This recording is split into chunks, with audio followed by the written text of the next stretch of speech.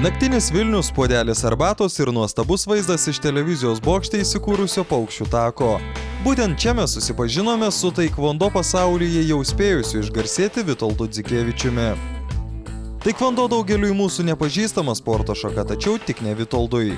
Jam tai menas, kurį dar vaikystėje įskiepijo tėvai. Kaip ir nelabai turėjau kažkokį pasirinkimą.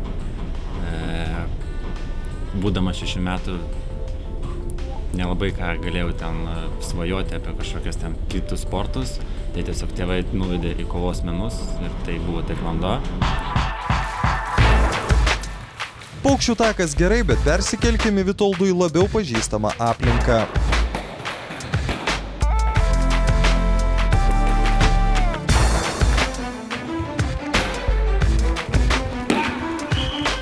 Paskutiniu metu jo rezultatai kalba patys už save, nes praeitais metais jisai tapo jau senioru, perėjo iš jaunių į seniorus. Ir pas mus seniorais tampama jau suaugusiais nuo 18 metų sporto šakoje ir jau iš karto per savo pirmasis varžybas už suaugusius Trelleborge Švedijoje, A klasės turnyre reitinginėme Europos, jisai laimėjo bronzos medalį. Savo kalboje taikvondo žvaigždė neretai įterpia žodį adrenalinas, taigi laikykis Vitoldai, tavęs Cross LT trasoje laukia keturračiai.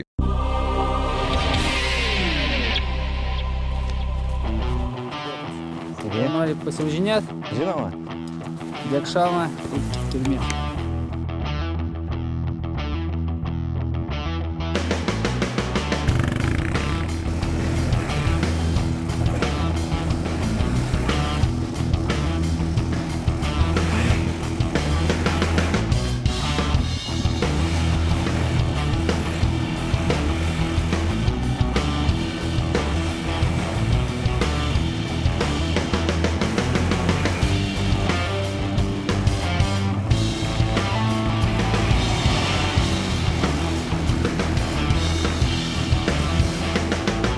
Po sėkmingo pasivažinėjimo trasoje prisiminkime didžiausią Vitoldo pergalę.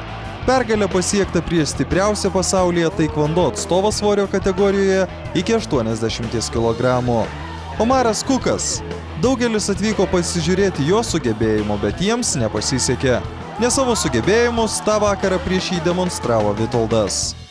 Gana aštriai, gana, sakykim taip, kietai, nes į menkiausią ataką, į menkiausią judesį iš karto buvo atsakas.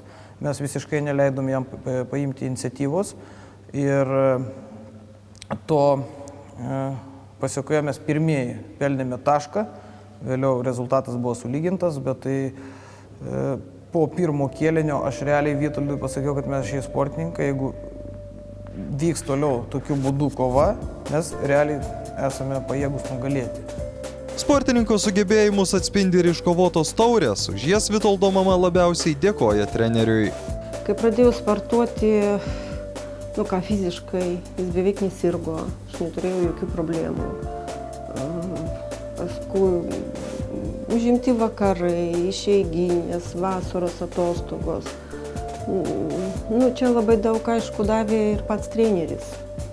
Labai geras ir vaikai norėjo eiti, ne tai, kad nenoriu, būdavo, aišku, kada ateina metas, kai nori išeiti lauką, pabendrauti, draugai, čia važiuoti treniruoti, ten sportuok, paskui skauda ten pilvukas, tai kojytė.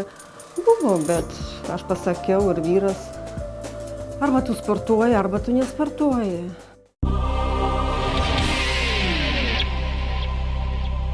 Pergalės, aišku, padeda surasti ir fanų, kurie turi ko paklausti savo kumyro. Vitoldai, kokios tau treniruotės labiausiai patinka? Ar sparingo, judesių, technikos ar greičio? Ir kaip tu manai, kokias mums reikėtų dirbti? Su visom apsaugom dirbi, įsijautęs, sparinguosi, tai realiai yra grėsmė gauti sužeidimus. Į sparingo treniruotę įeina ir viskas. Ir greičio treniruotė, ir jėgos, ir reakcijos treniruotė. Tai patarčiau, kaip sakant, vaikam daugiau dirbti sparingo treniruočių. Ir ypač mažiem vaikam, tai tobulinti tiesiog tradicinius smūgius, kombinacijas, nes dažnai su tokiom kombinacijom ir smūgiais laimios kovos, laimi varžybų finalai, tiesiog kovotojas muša paprastą kombinaciją, jis įmuša tašką ir viskas. Vytuldai, kokią techniką ir taktiką patartum naudoti mano amžiaus vaikams varžybose? Pagrindinė technika ir taktika, tiesiog išsitraukti priešininką ant savęs ir laiku jį permušti, uždirbti tašką, o kai yra tam tikras taip taškų skirtumas, jau galima mėginti spyrius į galvą. Vytuldai, kaip pasiūlytum maitintis, kad prieš varžybas numesti svorio? Čia man būdinga, kadangi tenka mesti svorį, tai žinoma reikia atsisakyti gėrimų, limonadų visokių, atsisakyti saldainių, galima šokoladą, bent jau aš taip mažais kiekiais valgau šokoladą, nevalgyti vakarais, daugiau valgyti vaisių, na ir tiesiog taip reguliariai maitintis. Vitoldas Dzikevičius laisvo laiko neturi per daug, beveik visą suryja treniruotės ir mokslai. Visuose varžybose, treniruotėse ir gyvenime jisai, sakykime, daro tą, kas jam yra treneris, ką pataria, ką nurodo, jisai visus nurodymus vykdo 100%, kas yra labai gerai. Dar labai gerai, kad jisai neužsiema saviveiklą, nes, sakykime, daug sportininkų pradeda atrodyti, kad jie geriau žino už trenerį, ką jiems daryti, kaip jiems sportuoti ir sakykime, pradeda nebeklausyti trenerio patarimų ir patys kažką daryti. Tai tie sportininkai dažniausiai iš tikrųjų nepasiekia geresnių rezultatų. Su Vitoldu kalbėjau šitą temą, jisai sako, čia yra jūsų darbas, jūs ir galvokit, ką man daryti reikia, o aš darysiu. Nors Vitoldas jau spėjo pasiekti gražių pergalių, jam rubrikoje Žvaigždės ataka kolegos linki pasiekti jų dar daugiau. Gerbiamas Vitoldai, žinau, kad esi jaunas, perspektyvus sportininkas. Mano gyvenime teko su šita sporto šaka susipažinti. Pas mane dirbo Artūras, kuris rimtai sportavo tą šaką. Šiai dienai jis yra pasiekęs daug verslo srity, yra žinomas ir gerbiamas žmogus Klaipėdoj. Taip, kad šita sporto šaka netiks duoda kaip sportininkų turbūt ir visokiojopai tobulėti. Taip, kad sėkmės tau gyvenime, pasiek, garsink Lietuvą, dar sykį sėkmės.